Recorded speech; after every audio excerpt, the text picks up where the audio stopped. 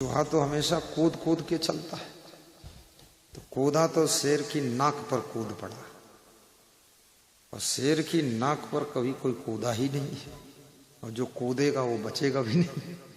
लेकिन चूहे को मालूम भी नहीं है शेर की नाक है कि भैंस की नाक है, कूद गया।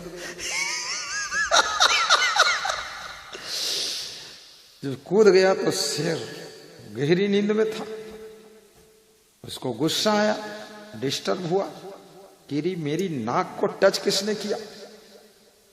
तो एकदम जोश में शेर ने हाथ उठाया और पंजे में चूहे को पकड़ लिया, और चूहे ने अपने मुंह के सामने किया, बोले तेरे को मारकर चटनी बना दूंगा बेवकूफ, मेरी नाक पर तू कैसे कूदा।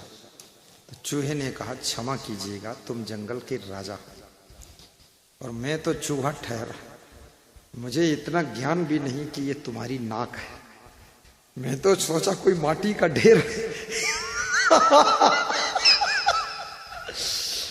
तो माफ करना। चूहा होशियार था, माफी मांग लिया। जितने होशियार ज्यादा होते हैं वो गलती करते और माफी मांग लेते, और जितने लोग होशियार कम है वो गलती करते फिर सीना जोरी करते, फिर मारपीट होता है। इसलिए माफी फट से मांग लो। परशुराम ने राम भगवान से क्षमा मांग लिया था, क्योंकि परशुराम समझ गए कि अगर राम कहीं जोश में आ गया तो बुढ़ापा पूरा सफल कर देगा, उठा के पटकेगा फिर। लेकिन राम समझते थे कि मैं पूर्णावतार भगवान हूं, ये अंशावतार भगवान है, और भगवान भगवान से लड़ना नहीं चाहिए। ये बूढ़े भगवान हैं, बड़े भगवान हैं, कोई बात नहीं, आज हमें कठोर बोल रहे हैं, समझ जाएंगे तो ये भी कोमल हो जाए। परशुराम ने जब समझा कि ये राम भगवान है तो क्षमा मांगा। क्या कहा? परशुराम भगवान जैसा व्यक्ति जो इतना क्रोधी है, बाल ब्रह्मचारी है, वो भी विनम्र होकर राम भगवान से क्षमा मांगता है। भगवान परशुराम क्षमा मांगता है, और इंसान क्षमा मांगने में, माफी मांगने में पीछे हट जाता है, कहता मैं माफी नहीं मांगूंगा, भले सर कट जाए। कितनी बड़ी मूर्खता है। अनुचित बचन कहूँ अज्ञाता, क्षमा हो क्षमा मंदिर दो भ्राता, अनुचित बचन कहूँ अज्ञाता, क्षमा हूँ क्षमा मंदिर दो भ्राता। हे दोनों भाई राम लक्ष्मण, तुम क्षमा के मंदिर हो। मैंने अज्ञानवश आपको अनुचित वचन कहे हैं, आप क्षमा कीजिए। कही जय जय जय रघुकुल के तू, भृगुपति गए बनहि तप हेतु, भृगुपति गए बनहि तप हेतु, कही जय जय जय रघुकुल के तू। हे रघुकुल के सुंदर पुत्र राम, तुम्हारी जय हो जय हो जय हो। क्षमा कीजिए। क्षमा मांगकर वन को तप करने के लिए परशुराम चले गए। चूहे ने भी सिंह से क्षमा मांग लिया, लेकिन सिंह ज्यादा गुस्सा में था। सिंह उतना समझदार नहीं जो क्षमा करे। समझदार व्यक्ति ही क्षमा कर सकता है, ना समझ अज्ञानी पशु बुद्धि का क्षमा नहीं करता है। शेर ने कहा मैं क्षमा तो करूंगा ही नहीं, तुझको मार डालूंगा। तो चूहे ने कहा कि याद रखना सिंहराज, वनराज, यदि तुम मुझे मार दोगे तो दुनिया में तुम्हारा नाम बदनाम होगा। दुनिया पूछेगी किसको मारा, तो तुम कहोगे चूहे को मारा।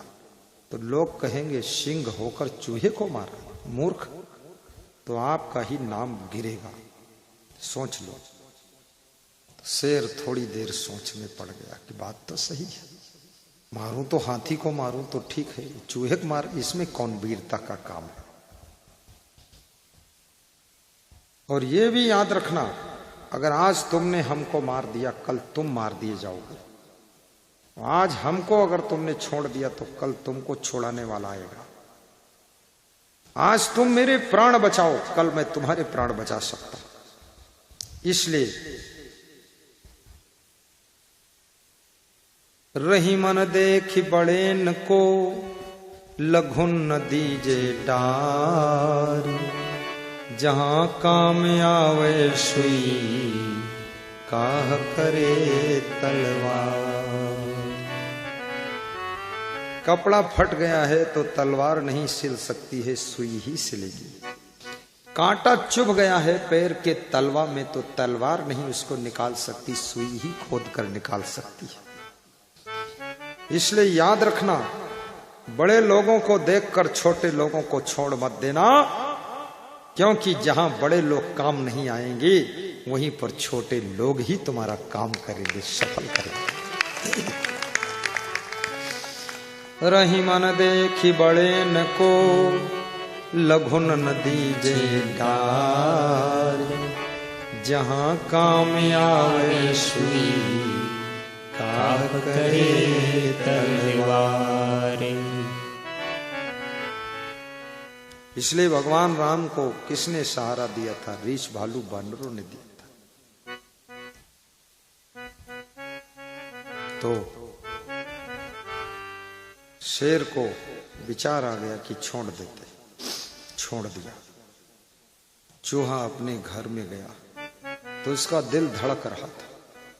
तो उसकी पत्नी चूहिया ने पूछा कि दिल में धड़कन इतनी ज्यादा क्यों? बोले जिंदा आ गए, यही बहुत बड़ी बात है। शेर ने अपने पंजे में पकड़ दिया था, मार डालना चाहता था। बोले क्यों पकड़ा? बोले मैं उसकी नाक पर कूद गया था। तो चूहे की पत्नी चूहिया ने कहा, अरे मूर्ख, तुझे ये भी पता नहीं किसकी नाक है? घर में कूदा फांदी करता, वहां कूद क्यों गया? साइड से निकलना था, बाईपास से। दिल में इतनी धड़कन, हार्ट अटैक हो जाए, दिल घबरा गया है, कपकपी छूट गई।